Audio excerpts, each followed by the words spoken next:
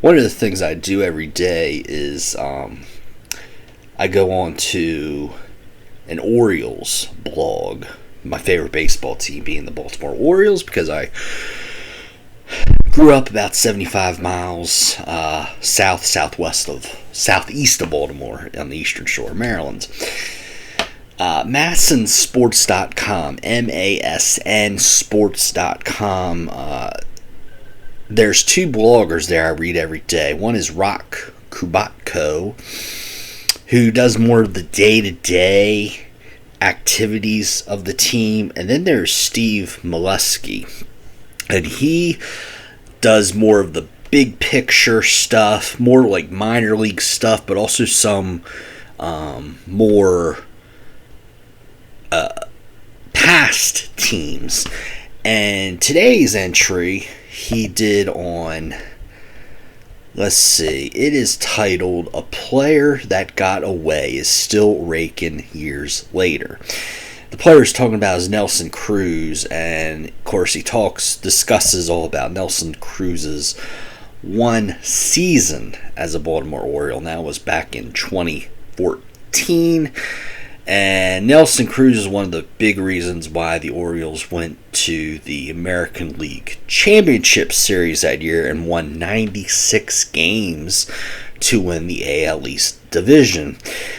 Cruz's numbers that season was a 271 batting average, 333 on base percentage, 40 homers, 108 RBIs. Led the major in homers and was third in the league in RBIs. He was 33 years old at the time, and he got better with age. Now, the big reason why I'm even talking about this article is because the Orioles had just signed Nelson Cruz for one season for that 2014 year. At the end of the year, the Orioles went to the American League Championship Series, and they lost 4-0 to the Kansas City Royals. And now after that, the Orioles had a decision to make. Do they re-sign Nelson Cruz, who was 34 years old, or do they go in a different direction? Now, the Orioles made Nelson Cruz a competitive 3-year offer. I believe it was for like three years, $45 million or something. But Cruz and his agent wanted 4 years. The Seattle Mariners came swooping in with an offer about $15 million a year for 4 years. Might have been a little less than that, like 4 years for $50, $67 million. But what's $2 or $3 million when you're already making over $50 million, right?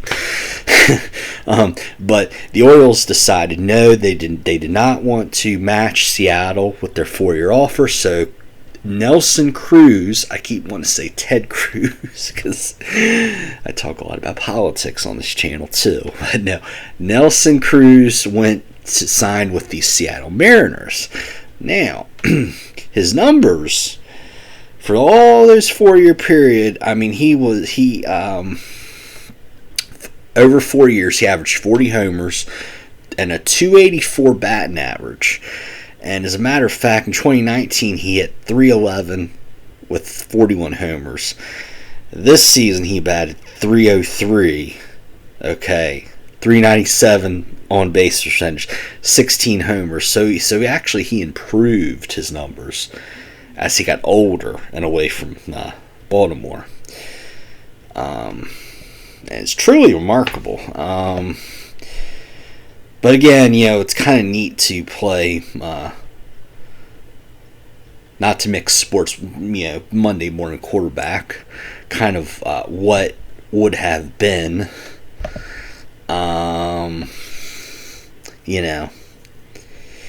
if he would have stayed. Now, there's a bigger issue here with why I bring up this Nelson Cruz article. And it's this. The Orioles went to American League Championship Series, okay, for the first time in 17 years, since 1997 in the 2014 season, okay. They were 4 wins away from the World Series. So you're thinking, okay, we were like this close to the World Series. So common sense would tell you that the Orioles management would say, you know what? If we were this close last year, in 2015, we're going to go for the whole shebang. We're going to try and go to the World Series and win it. Because 1983 was the last year the Orioles went to the World Series, and they also was the first time that they won. Last time they won the World Series was 1983. So, I came up with this little sponsors article. I write, Steve, you just had to go back to the number one Orioles topic that keeps me up at night. The 2014-2015 offseason. Yes, the starting rotation regressed, but Ubaldo had his best year with us. 4.11 ERA and 32 starts. The payroll for the 2014 team was $108 million. It only jumped to $120 million the following year. The Orioles should have signed Max Scherzer for the rotation and Melky Cabrera for left field, and then re-signed Nick Markakis for right field and Nelson Cruz for DH, and also re-signed Miller for the bullpen. Also, remember that the offense in 2018, it dropped off. J.J. Hardy, the shortstop, his batting average went from 268 to 219. Steve Pearce, who was the one of the most valuable Orioles in 2014, well, he batted 293 in 2014. But it went down to 218 in 2015. Now, so keeping Cruz, Nick, and signing Melky would have kept the offense going enough for the playoffs, and would have done a good job of, masking Hardy's and Pierce's deficiencies in 2015. And a top 3 of Scherzer, Chen, and Ubaldo, would have been just enough pitching to get the Orioles back to the playoffs in 2015. I say Chen. Chen had a really good year. His ERA was 3.54 in 2014. It actually went down to 3.34 in 2015. So he was the Orioles' best pitcher that year. But if you add him, you have Scherzer and Ubaldo. That's a pretty good top 3. Okay. The rest of the rotation, oh boy. Well, you have Kevin Gausman.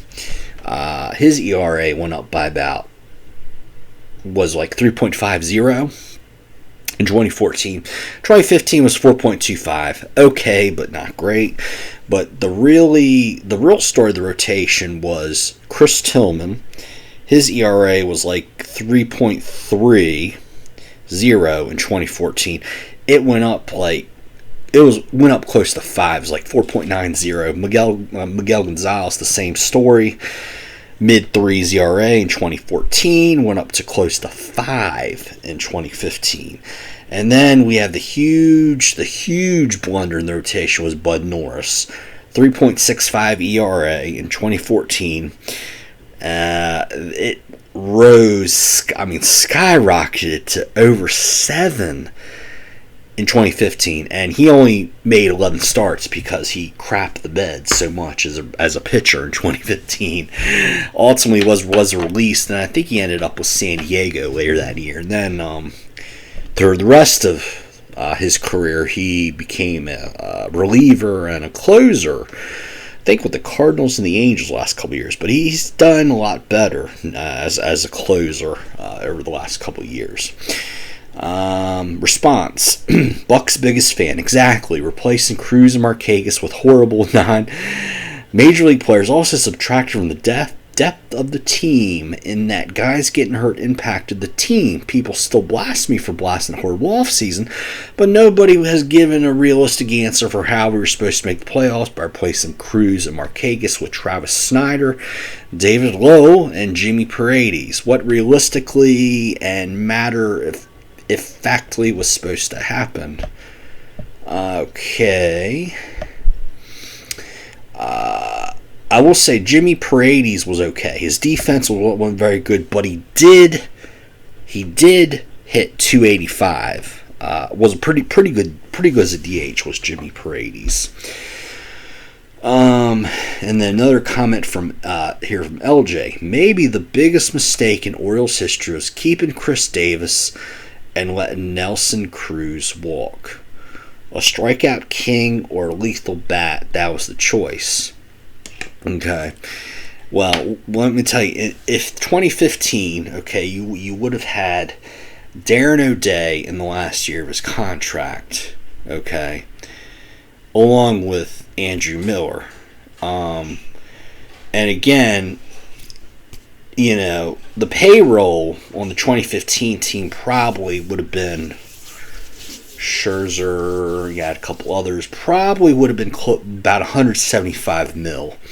That'd probably be about the cap for where the Orioles could go. So they would probably say bye-bye to Darren O'Day, who's 3 years older than Andrew Miller, which would have been a good thing for the bullpen, because after the 2015 season, Darren O'Day had a lot of injury problems. ERA, he, instead of being like a sub-2 ERA reliever, he was now like a dime a dozen, like a high threes ERA reliever. Chris Davis, I mean, can you imagine Nelson Cruz hitting 40 homers in that lineup? Well, and Chris Davis had his best, he had his best year was 2013 when he hit like 53 homers. But Chris Davis in 2015 hit over, I think it was 47 homers. And he still had a pretty good batting average around the 260 mark. So, very good lineup that year. But then you would say, okay, hopefully the Orioles would have won the World Series in 2015. But you'd have to probably say bye to Chris Davis after that season. And then maybe in 2016 you go back and say, okay, put some more money into the starting rotation or something like that. But anyway, the moral of this story is that the Orioles 2014-2015 offseason is an example of what not to do as a sports franchise if you get deep into the postseason, And if you're a team that hasn't been in the World Series in over 30 years, you should, capitalize on that and upgrade your team rather than downgrade the team, which unfortunately is what the Orioles did for 2015. You subtract Nick Markakis and Nelson Cruz, and you try to replace them with a bunch of never will be's and Travis Snyder and David Lowe. And then you have declines by Alejandro Diaz, J.J. Hardy, Steve Pearce. Yeah. And you get an 81-81 team in 2015, and you kind of wonder, wow, if we just would have, added $40 million to our payroll on top of $120 million payroll, if we just would have increased the payroll by, 15-20%, we could have been in the playoffs in 2015 and probably would have won the World Series that year. Yeah, it's again, fortunately, the football team in Baltimore, the Baltimore Ravens, look like that they're doing everything they can to win the Super Bowl this year. They just traded for Nate Ngakwe from the Vikings. I think that's how you pronounce it. And him and Calais Campbell. Yeah, that defense is going to be a beast now. Even though the offense is not as good as it was last year, but still pretty good. The defense is like gone from very good to elite now. So, and hopefully, the Orioles within probably the next couple years or so will go back to the playoffs. Hopefully, the next time they do and they get to the ALCS, they will actually try and go for it this time. Anyway, that's my spiel on the Orioles. I hope you've enjoyed this. Bye-bye.